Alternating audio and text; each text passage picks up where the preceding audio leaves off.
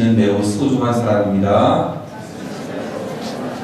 예, 앞두 사람한테 정말로 소중한 분들입니다. 교회에 소중하고, 여러분 직장에 소중하고, 여러분 가정에서 빼내올 수 없는 그런 아주 소중하고 값진 분들인 줄 믿습니다.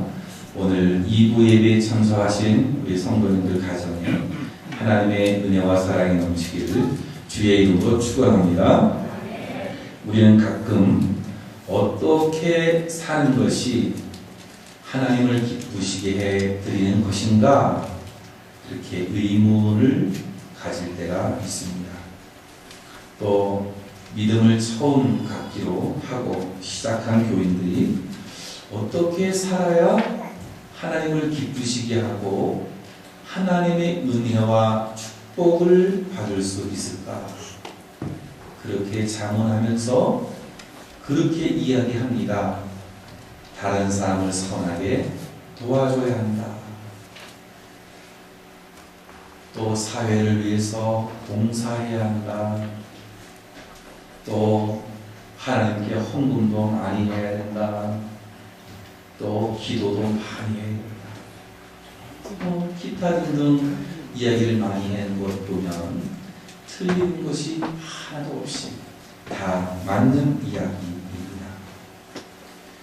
물론 하나님을 믿는 사람이라면 세상 속에서 선행을 해야 하고 사람들에게 빛과 소금의 역할을 감당해서 하나님을 믿는 사람으로서 하나님의 이름을 드러낸다면 더 말이 할 없이 정말 기쁜 일이고 하나님도 기뻐할 것입니다. 그러나 이것보다 우리는 더 근본적인 물음을 우리 스스로에게 해봐야 하는 것이죠. 하나님 정말 무엇을 기뻐하는가? 하나님이 기뻐하시는 사람은 어떤 사람입니까? 여러분들도 다 잘 아시는 성경 구절, 히브리서 11장 6절 말씀에 그렇게 기록하고 있습니다. 믿음이 없이는 기쁘시게 못하나니 하나님께 나아가는 자는 반드시 그가 계신 곳과 또한 그가 자기를 찾는 자들에게 상 주시는 이심을 믿어야 할지니라.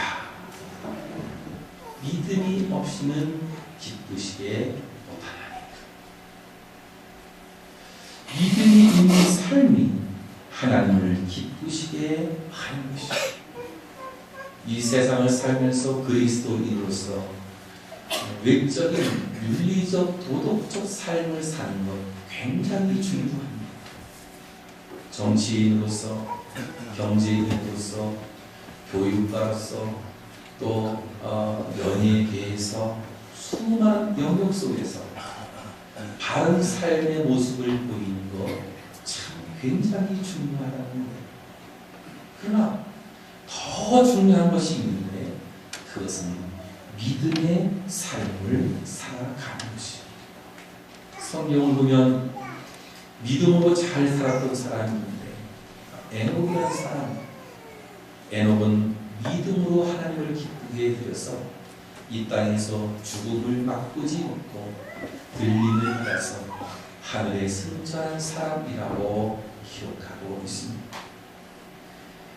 창세기 5장 21절 23절 보니까 에녹은 65세에 무두셀라를 낳았고 무두셀라를 낳은 후 300년을 하나님과 동행하며 자녀를 낳았습니다. 그가 365세를 향수하였다. 300년 동안 믿음이 변치 아니하고 하나님과 동행하는 삶을 살았던 것입니다. 하나님과 동행했다는데 그 동행한 것이 무엇이냐? 믿음의 삶을 살아. 하나님을 떠나지 않고 그를 전적으로 신뢰하고 그를 붙들면서 살아가는 것이 그분과 동행하는 것입니다. 그러므로 하나님이 기뻐하시는 사람은 누구냐? 믿음으로 하나님을 기쁘게 해드리는 사람, 바로 믿음으로 사는 사람을 의미하는 것입니다. 그렇다면 하나님이 기뻐하시는 사람은 믿음으로 사는 사람을 의미하고 있는데, 그렇다면 믿음으로 산다는 것은 뭐냐? 믿음으로 산다는 것은 하나님만 바라봐. 하나님만 바라보는 것이.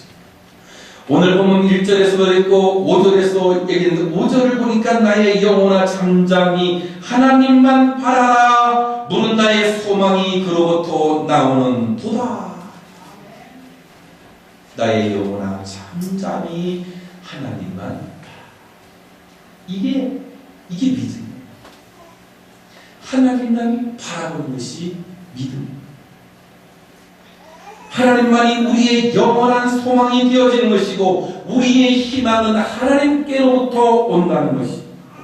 우리의 희망을 눈에 보이는 세상 물질에도 두려워하기에 희망이 있느냐 희망이 없느냐, 보이느냐 보이지 않느냐, 이렇게 이야기가 나오는 거예요. 우리의 희망은 잠깐 있다가 사라진 뜬구름에 두기 때문에 희망이 있다가도 없어지는 거란 말이죠. 세상의 물질이나 세상의 인기는 뜬구름이요 우리의 영원한 희망이 되지 못하는 것입니다. 여기 시편의 저자인 다윗은 하나님만이 나의 희망이라고 고백하고 있습니다. 사랑하는 여러분, 하나님만이 모든 문제를 해결해 주시고 모든 어려움을 맡아주신다는 것을 이 다윗은 알았던 것이, 이 세상에 보이는 희망이 진정한 희망이 아니라 하나님만이 우리의 희망이다. 이 사도 바울은 로마서에서 그렇게 고백을 해요. 눈에 보이는 것이 소망이 아니니. 눈에 보이는 것이 소망이 아니라 누구든지 이 세상에 보이는 것 소망이 아니니 보는 것을 누가 바라리요? 그렇게 이야기했어.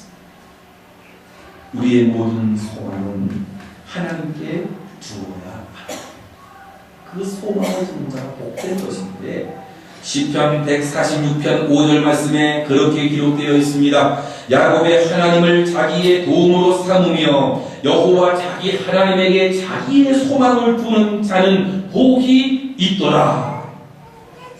소망을 하나님께 두는 자가 복되더라. 다윗의 하나님, 아브라함의 하나님, 모세의 하나님, 그 하나님께 아니요. 오늘 본문에 보면 자기 하나님, 내가 믿는 하나님께 소망을 두라. 이건 뭐예요? 내가 하나님을 믿어야 된다는 거예요. 하나님이 아무리 위대하고 하나님이 전능하시고 하나님이 영원하시다고 믿는데, 그분은 다윗의 하나님이고 우리 아버지의 하나님이고 우리 어머니의 하나님이고 내 이웃의 하나님이면 무슨 수가 있네. 하나님이 내 하나님이 되어질 때 그것이 복이 되고 축복이 되어질 때, 하나님은 내가 믿는 하나님이 되어집니다. 내가 믿어야 효력이 있는 거예요. 네? 그래서 히브리서 11장 1절 말씀에 믿음은 바라는 것들의 실상이요 믿음은 바라는 것들의 실상이다. 참된 믿음은 다른 데 눈을 돌리지 아니하고 하나님만 바라보고 기다리는 것이 이게 믿음이다.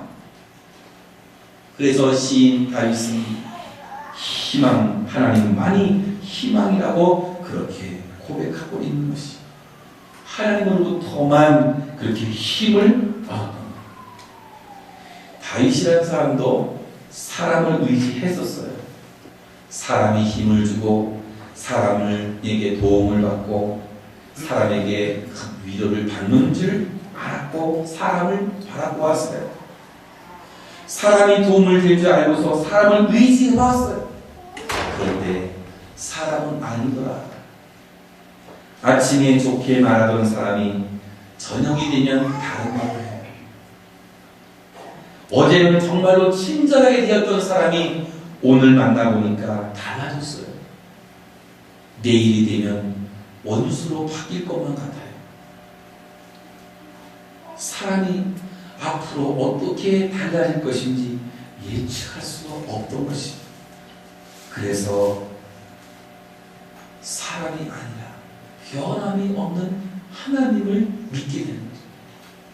사람을 바라보니까 사람이 변심을 잘해, 변질도 잘해, 변하기를 죽 먹듯이 잘해.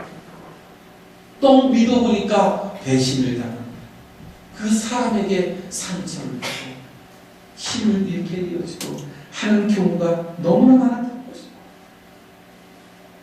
그래 이런 상황 가운데서 다윗이 믿을 사람이 누가 있는가? 하나님밖에 없었다는 것이죠. 그래서 하나님은 영원한 반석이 되셨고 우리의 구원이 되셨고 요새가 되셨고 피난처가 되어주셨다.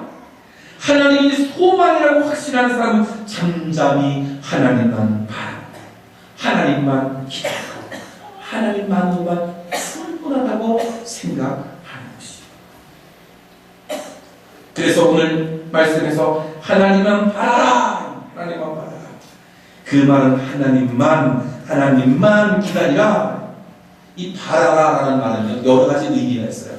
바라라, 뭔가 바라는 것, 기대하는 것입니다. 하나님만 바라라, 기다리라, 하나님만 바라라, 의지하라. 이런 의미가 거기에 담겨요. 하나님은 항상 내 편이 되어 주십니다. 세상 사람들이 다 한편이요, 나 홀로만 떨어져 있어. 그래도 하나님만 내 편이 되면은 내가 세상을 이길 수가 있게 되는 것입니다. 우리가 하나님에게 가야만 만나주는 하나님이 아니에요.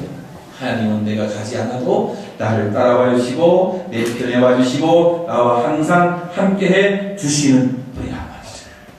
그래서 오늘 시편, 오늘 62편 8절 말씀에 그렇게 말씀하세요. 백성들아 시시로 그를 의지하고 그 앞에 마음을 토하라. 하나님은 우리의 피난처시로다. 하나님만이 희망이라고 고백하는 사람은 하나님만 기다리고 하나님만 바라보고 하나님만 기대하고 하나님만 의지하게 된다는 것이에요. 이 하나님을 의지하게 되니까 어떻게 돼요? 자기 마음에 있는 것을 토하게 되는 거예요. 그렇지 않습니까? 여러분 살면서 마음에 답답한 것 있고 외로움이 있고 뭔가 소화되지 않은 것처럼 막혀있는 거예요. 그럴 때 어떻게 이것을 토해? 누가 한다겠어요? 사람에게 해보면 어떻게 해요? 때로는 흉이 되어지고 때로는 그것이 소문이 되어지고 사람에게 해보면 뭐가 있겠냐? 누구에게 내 마음을 토해내냐? 하나님밖에 없는 거예요. 그 하나님께 내 마음을 토해 하나님만 의지했던 다윗이었기에 그가 적들만 가득 차 있는 광야를 그가 막 달려가고 자기가 뛰어넘을 수 없는 담을 뛰어넘는 어떻게 해서 그렇게 될 수 있을까? 마음을 통해서 하나님만 의지하니까 그게 가능했던 것입니다. 시편 18편 29절에 그렇게 말하고 있어요. 그런 고백이 있어요. 내가 주를 의리하고 족구를 향해 달리며 내가 하나님을 의지하고 담을 뛰어 넘나이라. 살다 보면 그렇잖아요. 앞이 막 담이 있어서 내가 어떻게 뛰어넘을 수가 없는 거예요. 힘들고 어려운 장벽이 내 앞에 펼쳐져 있고 전후사방 다 동서남북을 둘러봐도 어떻게 갈 수 없는 거예요. 어떻게 살아가겠냐. 사랑하는 여러분, 이때 가로막힌 담을 뛰어넘을 수 있었던 것은 하나님만 의지하고 나아갔던 다윗의 믿음이었던 것입니다. 사랑하는 여러분, 하나님만 의지하시는 귀한 분들 되시길 바랍니다. 여러분